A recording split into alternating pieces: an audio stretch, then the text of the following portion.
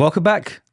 It's the Kovacs Report, and I've got a little gem to share with you this week. Now, I put this on my pull list thinking maybe it wasn't going to be very good. In fact, I had zero hopes for it. In fact, it turned out to be pretty much my favourite book of the week. So, Whatever Happened to the Crimson Justice, #1, from Mad Cave, written by Frank Tieri with art by Inaki Miranda. Now, like I say, this was...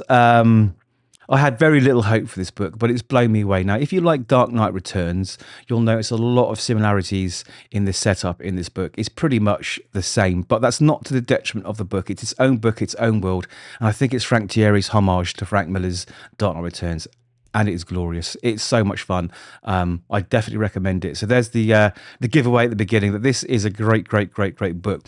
Let's just jump straight into it. We've got some lovely covers here, some variant covers. So, but where does it start? Well, it starts in Empire City, and the crimson signal has been lit, not to be confused with the bat signal.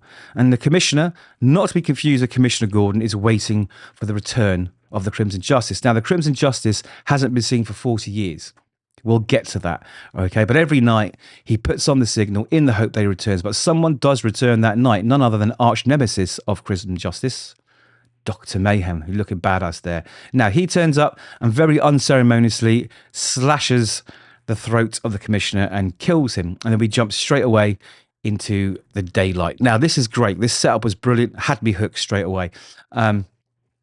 But here we go. So here, Frank Tieri is really sort of world building a very little bit, and he does it very succinctly in literally 1 or 2 pages. So this thief's stealing money from some shopkeeper. Nobody helps. Everyone's, a bit too scared to help. They don't want to get shot or stabbed. So it shows that, this city is turned into crap, basically. It's run down since the Crimson Justice vanished. It's descended a bit into chaos, and everyone doesn't look after anyone. There's no community.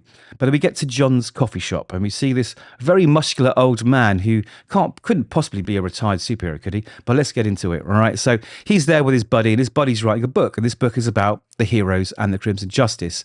Now, John's very dismissive, and he's like, "Look, it's an urban myth. The police made this up to scare away criminals. You should stop wasting your time.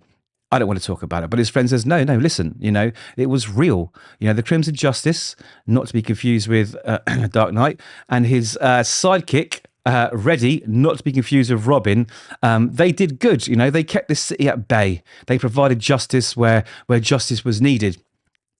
And he says, well, what happened to them? Well, the Great Hospital Fire in 1985, because this is, 40 years later. I think there was a big battle there with Dr. Mayhem, and they all vanished without a trace, never to be heard or seen again. No traces of the bodies, nothing. So that's where the history is of the Crimson Justice. So he says, listen, he left a legacy behind. Other superheroes tried to fill the space, although they didn't really work out. They either died by accident or through stupidity, or they ended up in jail, or they vanished, or they killed themselves. All this kind of stuff. And he says, it wasn't worth the time. He said, heroes, we don't need them, kind of thing.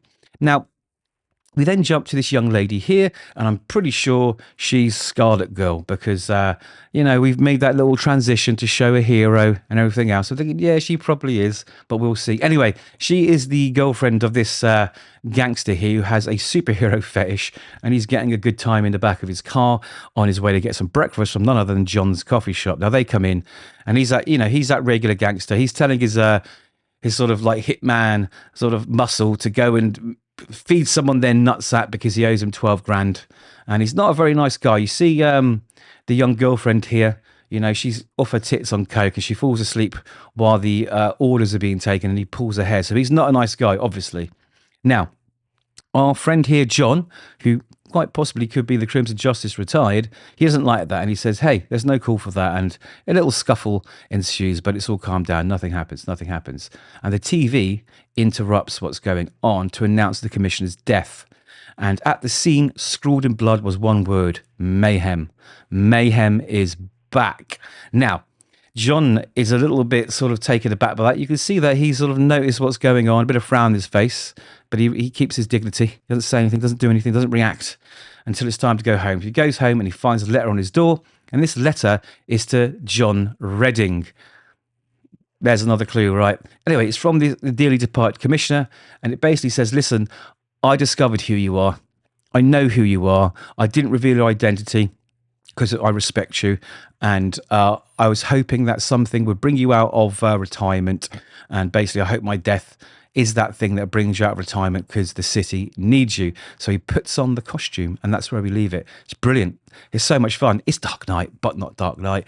I think we could do so much here. It's so much fun. The art's lovely. The dialogue's great.